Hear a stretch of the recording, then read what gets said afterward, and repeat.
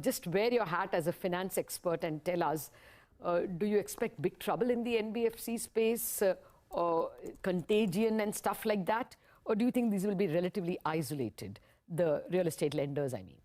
Yeah, my answer is the same that it's been for the last 15 years. I think NBFCs is probably the lousiest coinage that you could have for any industry, because we're as heterogeneous as anything could be. So I was listening in on your earlier conversation, and yeah, if you've got huge real estate exposures, then obviously there is stress. But I think to bunch everyone together and say NBFC and the sector is stressed, etc., I think is an overstatement. I wish some nuance would come into the description of the non-banking finance players. But as I say, this is nothing new. This has been going on for so long. I sort of fondly think back to the times when we used to be called hire purchase and leasing companies. Okay. Mr. Srinivas Raghavan, that is a long debate for another day, but we'll of course take that offline with you. Definitely interesting conversation there. But I do want to ask you about how the situation on the ground is. I mean, since the last time we spoke, have things improved in terms of disbursements? How is the commercial vehicle space looking right now to you? Well, the commercial vehicle space is not looking any different from when we last spoke. And honestly, we didn't expect anything to happen in the interim, because I think, as I recall our last conversation, I had sort of stuck my neck out and said the earliest we can expect anything is Q3 FY21, right? And I'll still stick with that, because realistically, nothing's changed on the ground for commercial vehicle sales to pick up. There is overcapacity for all the reasons that have been talked about and written about. And that overcapacity is not going away in a hurry. Nothing's happened, on the manufacturing side to soak up this excess capacity. So, this is going to continue. And then you add the uncertainty around BS6 on top of all of this. No, nothing's really changed. And I honestly don't expect much to change, in the next few months. Okay. Mr. Srinivas Raghavan, considering the sturdy player that Sundaram Finance is, would you expand your pie? Although the entire business is shrinking, would you all do better? I mean, what kind of a growth are you expecting for your own company? Well, growth right now is actually not a priority at all. Because as you say, in a market, if you look at commercial vehicles, the market, I think, has dropped 24%. Passenger cars is 40%, whatever those numbers are.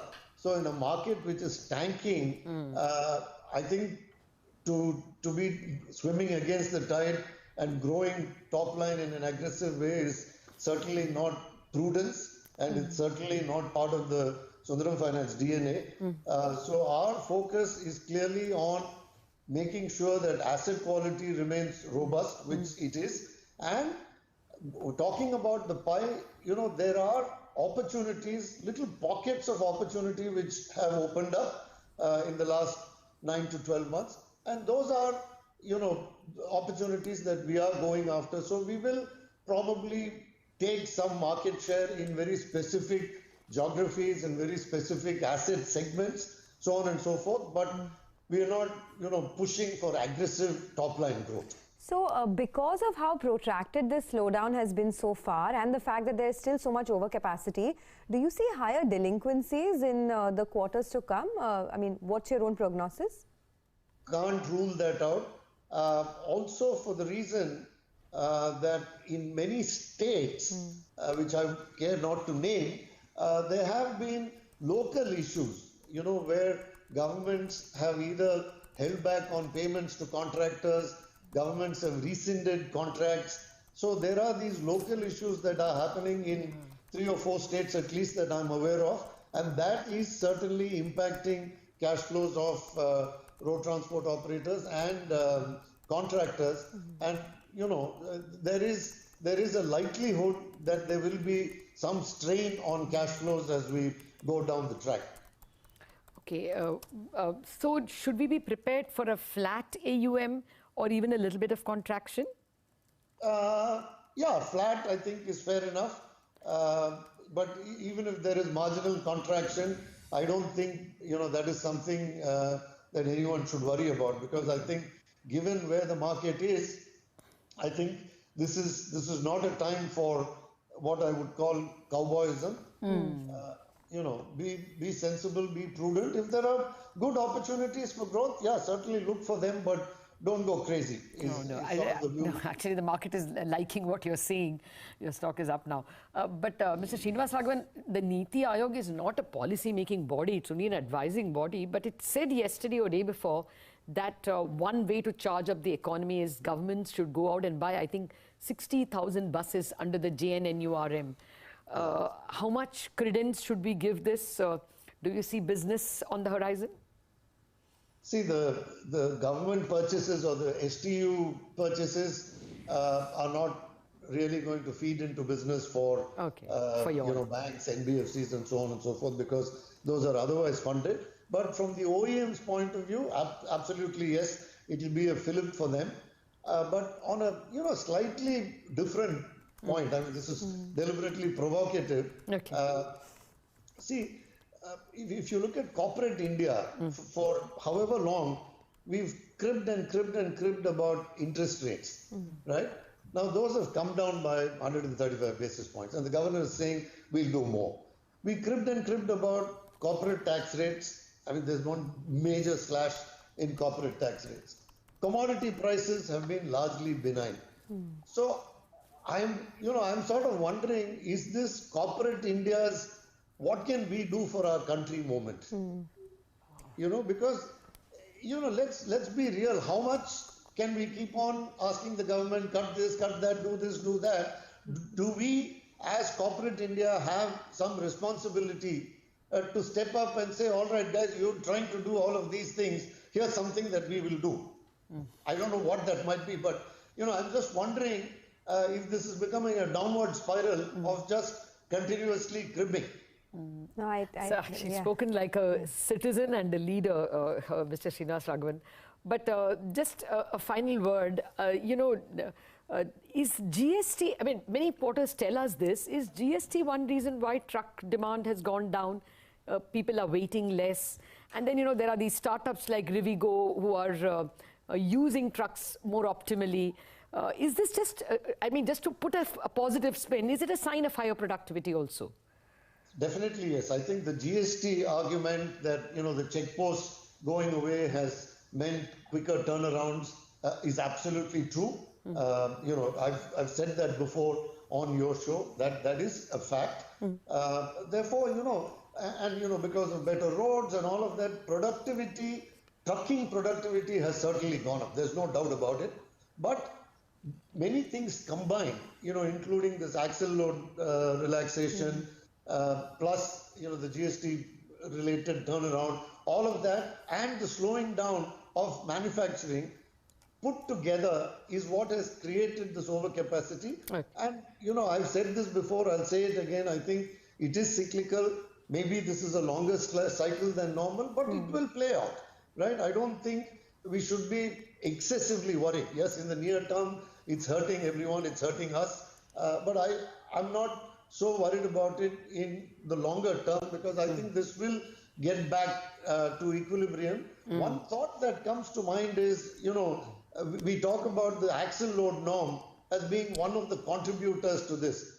Sure. So, does it make sense for the government to roll this back and say we go back to the old norms and we will get really strict about, overloading, and will that sort of improve capacity utilization is a question for policymakers to think about. Some guys will beat me for saying this, but I'm just, I'm just wondering if that's not something for the government to consider. No, you're just stating the truth. You're stating facts, right? I mean, there's no harm in that. But, since we're talking about policies, the scrappage policy is another thing I wanted your view on, because a lot of people think that although the government may announce it to fuel demand for used trucks, the very fact that they won't do it's just going to be a voluntary scrappage policy is something that may really not work very well in the longer term.